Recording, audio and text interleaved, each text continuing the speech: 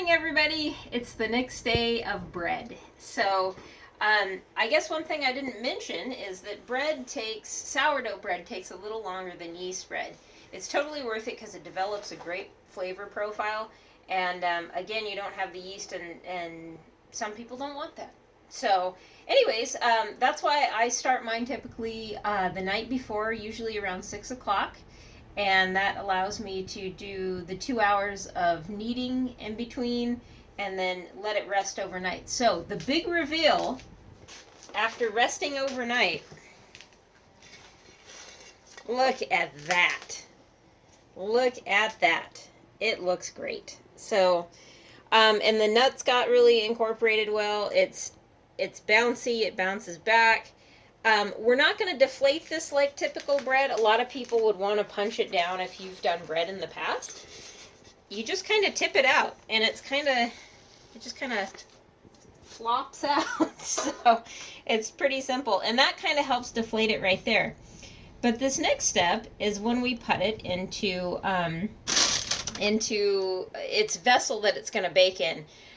So one of the things that you might want, and you don't have to have this to bake sourdough bread, it just really helps get it crisp and cooked all the way through. Again, the sites I've seen recommend these, so I use these. They're just little cast iron soup. I'm not thinking of the name because it's early in the morning, but there you go. So... And then you want to line it with parchment. Some people just say you can put like butter or olive oil in there. I found that parchment works best. But you just kind of take your dough and you kind of just shape it down again. Kind of like it was, you shaped it down last night. There's a lot of air trapped in this one. I'm going to kind of pat it in. So, because if you don't pat the top down, then you get this kind of weird crust. It's almost... removed from the actual bread. It's not great. So you kind of want to make sure the top's patted down gently, and then you just shape it easily enough to fit into that container. So, and I fold down the parchment. I put the stuff back on top of it, cover it, and I turn my oven on just for a little bit to warm, just for like a minute maybe, and then I turn it off again, and I stick it in that gently warmed oven.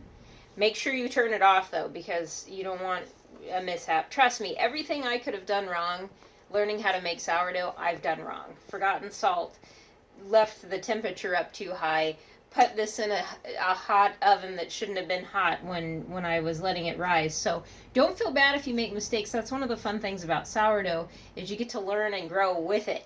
So, anyways, kick your oven on for a little bit. You're going to let this now do its second rise for an hour and a half to 2 hours.